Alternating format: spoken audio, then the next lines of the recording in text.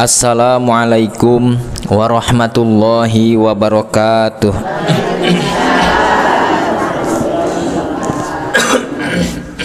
Alhamdulillahilladzi sarafal umura bitadbirihi wa addada tarkiba khalqihi fi taswirihi wa zayyana suratal insani bi husni takwimihi wa amarahu bi tahsin khuluqihi. Asyhadu an la ilaha illallah wahdahu la syarikalah wa asyhadu anna Muhammadan abduhu wa rasuluhu alladzi la nabiyya ba'dah.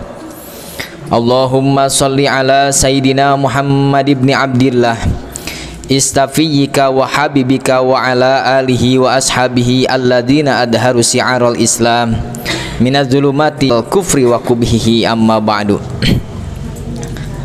Faya ayyuhal hadirun ittaqullaha aqbilu dinal Islam fa innahu haqqun wa ghairuhu dolalun wa kufrun. Puja sinareng puji eta sadaya kagungan Allah anu maha ngarungu maha nyakseni anu maha caket ka urang sadayana anu parantos ngatur kana pertemuan urang sadayana anu maha uninga kana setiap keretegna hate urang sadaya anu maparina nikmat anu teu aya putus sinareng teu aya wates wangena kangge urang sinareng anu maha sobar sok sanaos kaayaan urang seueur midamel dosa sinareng maksiat. Shalawat sinareng salam mudah-mudahan kacurah limpahkeun ka junjunan alam habibana wa nabiyyanal karim Muhammad sallallahu alaihi wasallam anu parantos maparin kaluhuran akhlak sinareng uswatun hasanah kanggo urang sadaya kanggo ngajantenkeun tolak ukur kahirupan urang sadayana pikeun ngaraih kabagjaan dunia akhirat. Teu hilap ka para ahli wargina para duriyahna para sahabatna tabiin tabiat atba'u tabiin tuk faraga dugi ka urang sadayana. Mudah-mudahan urang kenging syafaat mantena jaga di yaumil jaja amin ya Allah ya rabbal alamin.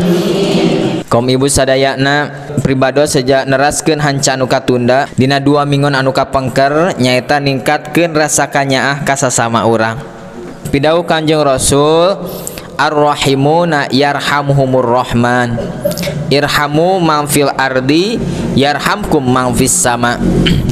Jalmi anu ngagaduhan sifat kanyaah mah maka bakal dirahmat ku Allah anu maha welas asih.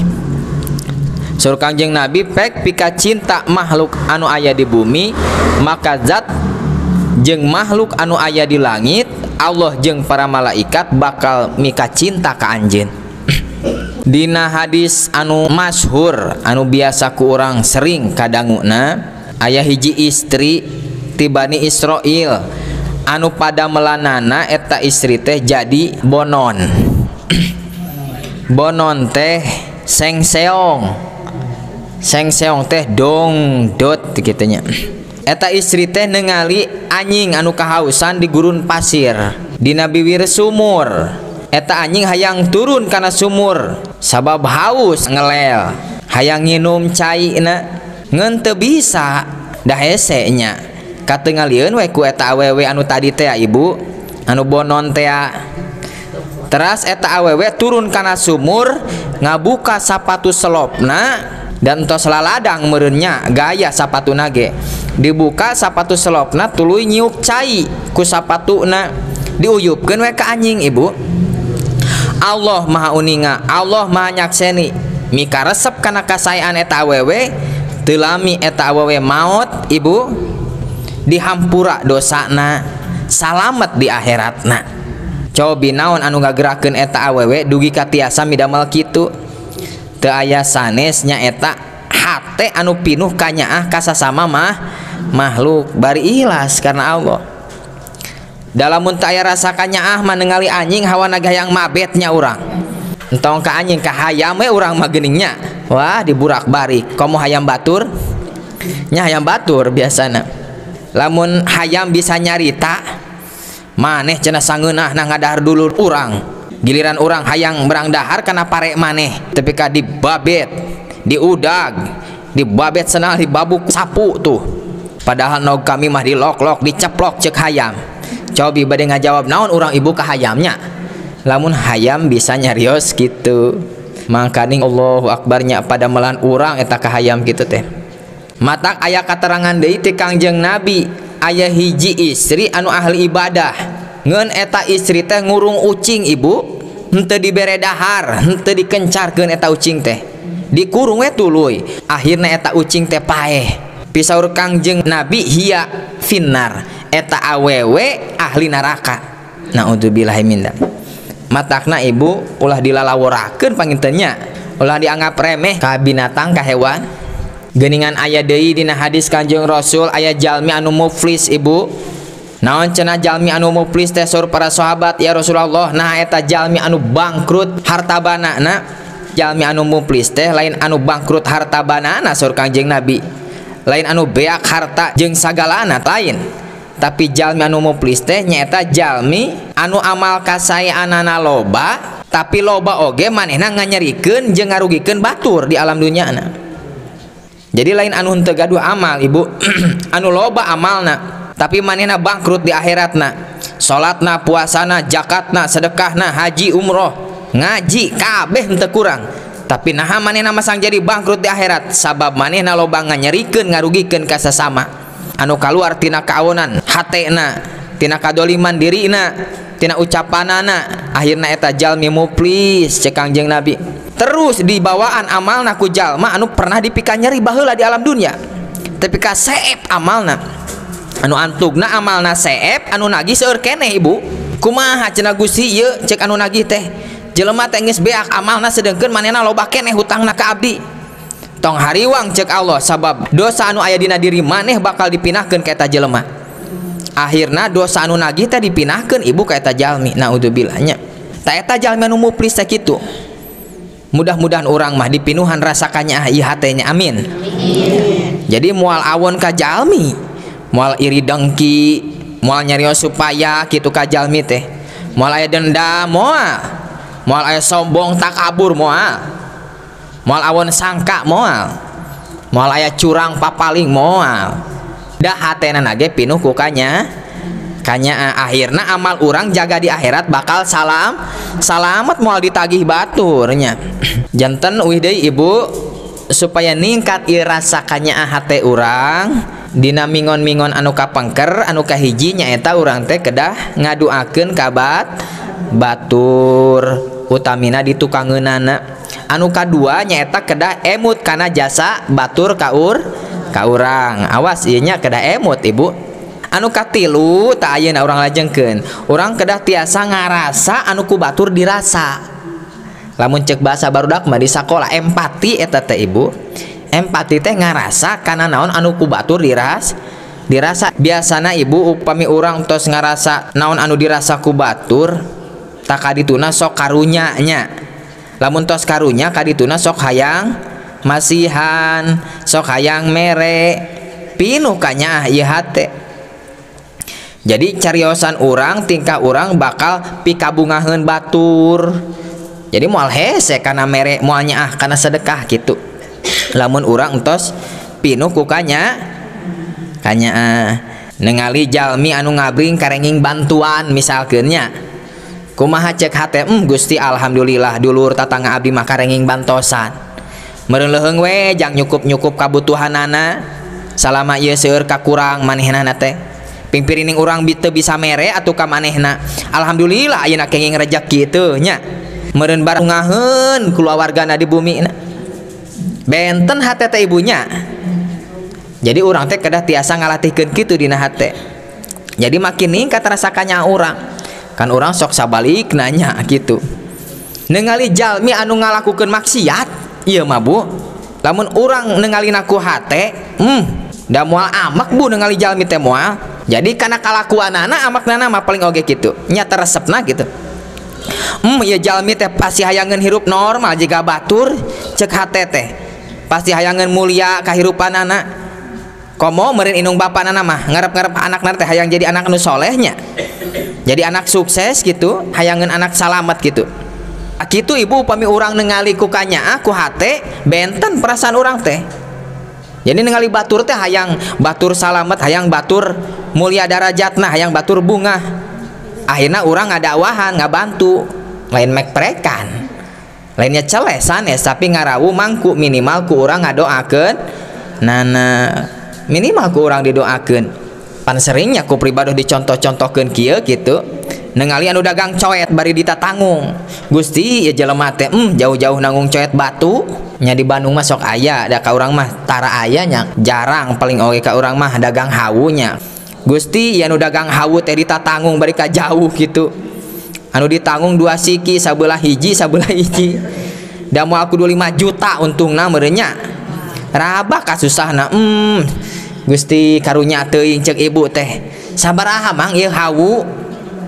100.000 hijina cenah ceuk lamun 2 berarti 200.000 sok cenah turunkeun hiji lah sok ku ibu teh artos 150.000 leuwih cenah ece ya 50.000 wios rezeki Allah jang amang tuh nya asalna urang ngaraba karena kasusah batur ayeuna urang karunya jadi hayang mereka dituna nya laras teh kitu Bu cana kabumi ku ibu teh cek bapak teh kunaon ibu mesang meuli hawu pan aya hawu di imah ya wios atuh bapak karunya batur nangung tengali atuh kirang barang nguntungkeun atuh ngurangan-ngurangan bebananya jeung ngabungahkeun anak heuh kumaha atuh hawu cenah ieu tuh tatangga urang anakna arek kawin urang kadokeun we lumayan kado hawunya jarang-jarang mahi saumur-umur tah tuh asalna urang ngaraba kana kasusah batur kadituna jadi ibadah we hayang sodakohnya jadi intina urang teh kedah tiasa empati karunya ka batur kana kasusah bat sehingga kanya urang bakal ningkat ibu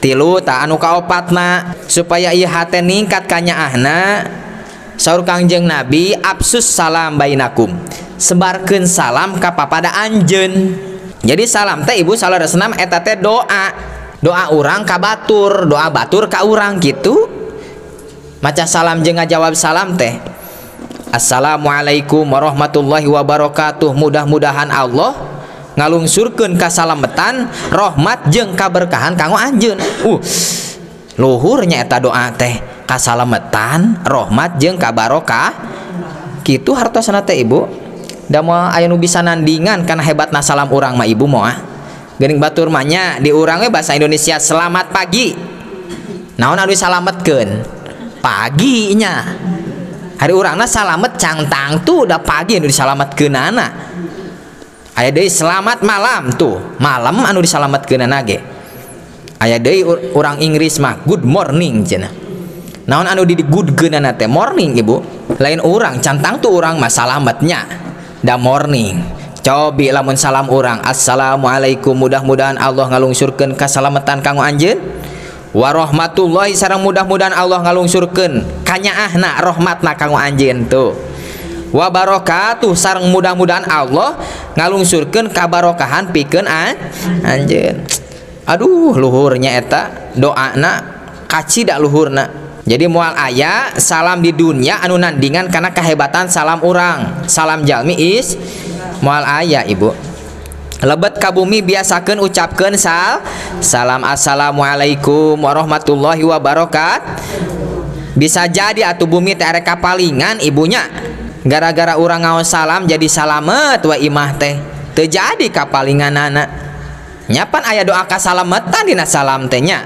arek ameng ka bumina babaturan assalamualaikum warahmatullahi wabarakatuh bisa jadi tarik parasea di mana teh nya teu cios paraseana gara-gara salam apan aya kasalametan aya rahmat Allahnya jadi saling pikanyaah deui tentrem deui di rumah tanggana lamun ka Indomar maca salam tara Bu cobaan maca salam aya nama assalamualaikum gitu ka Indomar teh da ngawaler ti lebet teh geura Bu lamun teh di Amerika di ditu nyawe rada isin urang teh nya waalaikumsalam cek anu di Indomar teh kitu buat teuing di lebet Indomar teh arek kahuruan gara-gara urang maca salam jadi teu jadi kahuruna tah pan aya kasalametan atunya pokona mah ningali setiap jalmi anu katepangan ku urang biasakeun maca salam aya preman sugan mah nya assalamualaikum cek urang teh pancek preman teh waalaikumsalam cenah gitu tadina preman arek malak arek lajag-lejeg arek baragagah beregegeh jadi teu jadi Bu jadi leuleus hatena da ku urang didoakeun kasalamet didoakeun kaberkahan jadi we teu jadinya kitu ibu ta eta kaunggulan salam urang Jadi insya Allah lamun orang ikhlas ngucapkan salam ka sasama orang, maka bakal ningkat kanyaah hate orang. Anu salajengna nyaeta supaya ningkat rasa kanyaah teh saur Kangjeng Rasul ka Abu Jar Al-Ghifari nyaeta urang teh kedah seueur gaul gumul sareng jalmi miskin anu sahanapeun urang maksudna mah kitu. Coba urang parios. Nah urang sering menakan anu langkung ti urang atanapi sering menakan jalmi anu sahanapeun ti urang. Tah kedah parios diri urang teh nya. Biasana mah urang masuk seueur menakan anu nguntungkeun ka urang we nya. Kanu sahanapeun mah jarang da urang kudu mere nya. Padahal justru ibu gaul gumul jeung anu beunghar mah urang sok jadi miskin nya. Gaul gumul jeung anu leuwih geulis urang jadi butut nya. Matakna seueurkeun gaul jeung anu miskin, seueurkeun gaul jeung anu sahanapeun urang. Urang atuh gaul jeung anu miskin mah jadi beunghar urangnana oge nya. Biasana sok karunya jadi hayang mere jeung sajaba. Nah kitu ibu. Taeta jadi ningkatkeun kanyaah. Anu kagenepna anu terakhir, nasihat Kangjeng Rasul ka Abu Jar Al-Ghifari teh lamun hayang ningkatkeun rasa kanyaah mah nyaeta kedah seueur silaturahmi papada urang. Utami nama silaturahmi ka jalmi anu biasa wae ka urang. Anu leuwih sae deui silaturahmi ka jalmi anu awon ka urang. Eta mah langkung sae pahalana. Insyaallah bakal nyekeutkeun hate urang, ningkatkeun kanyaah hatena. Jadi kedah dilatihkeun ibunya. Da jalmi teh pasti aya wae anu sebel ka urangnya, anu teresep aya wae nya. Aya wae atuh. Kanjeng Rasul anu mulia aya anu teresepeun nya, anu sebeleun ka Kanjeng Rasul. Piraku urang anu pika sebeleun asli teh anu sebelnya. Sok silaturahmi tepangan gitu. Bari nyanak sapalih rezeki urang naon we anu aya. Nyanak bias beureumna nyanak naon we katuangan. Biasana sok jadi leuleus ibu. Ahsin ilan nas tastabid qulubahum. Berbuat baiklah kepada manusia, niscaya mereka akan diperbudak hatinya oleh kita gitu. Jadi lamun hayang memperbudak hati manusia mah teu kudu ku otot kawat tulang taleng ibu, ku bedog atawa ku peureup, ku urat kabel beheung beton beungeut asbes sanes. Gagah manggulang-mangguling teu kudu, tapi ku kasaean. Tepungan nyata silaturahmi bari berancanak gitu sok tepungan mangga eueuh hoyong karaosan da leuleus anu tadina amak jadi teu jadinya. Leuleus hate batur leuleus hate urang leuleus tak kitu ningkatkeun kanyaah teh ibunya. Jadi uwihan deui ningkatkeun kanyaah teh nyaeta anu kahiji naon cenah ibu? Ngaduakeun batur di tukangeunana. Dua ngemut kana jasa kasaean batur. Anu katiluna ngaraba kana kasusah batur empati teh anu kaopatna nyaeta sebarkeun salam. Absus salam bainakum. Satos nyebarkeun salam naon cenah? Anu kalimana gaul gumul sareng jalmi atanapi sahanapeun urang. Anu kagenepna naon? Silaturahmi jeung maparin sodakoh, maparin katuangan, maparin naon we hadiah ti urang. Sok uwihan deui ibu masih kena emut henteu ya. Hiji ngaduakeun batur, dua naon? Ngemut kana jasa kasaeanana emut batur teh da seueur kasaeanana ka urang sok sing sering emut kadinya ame leuleus hate teh. Anu katilu ngaraba kana kasusah batur empati teh ngarasakeun naon anu ku batur dirasa. Tukang coet teh tukang sayur naon rasakeun kasusahna. Ulah ditengali urang untung urang weh kitu. Teu kakesak ditawar moal lamun urang ngaraba kana kasusah batur mah ibu moal ngakesak nawar. Da puguh eta teh pedagang leutiknya lamun arek nawar mah tuh ka Indomar ka ditunya. Anu kaopat sebarkeun salam saur Kanjeng Nabi. Kalima gaul gumul jeung jalmi anu sahanapeun urang. Sok apal-apal ibu. Anu kagenep silaturahmi bari maparinan hadiah sedekah anu kitu. Mudah-mudahan urang tiasa ningkatkeun rasa kanyaah kacinta urang ka sasama urangnya amin. Ya Allah ya Rabbal alamin. Sakitu anu tiasa kapihatur sok sanaos singket mudah-mudahan aya manfaatna khususna kangge abdi nyalira umumna kangge ibu sadayana anu sami ngupingkeunana. Leresna murni lungsur ti Allah, lepatna murni tina kabodohan pribados.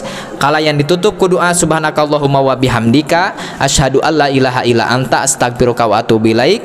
Wallahu muwaffiq ila aqwamit thoriq. Wassalamualaikum warahmatullahi wabarakatuh.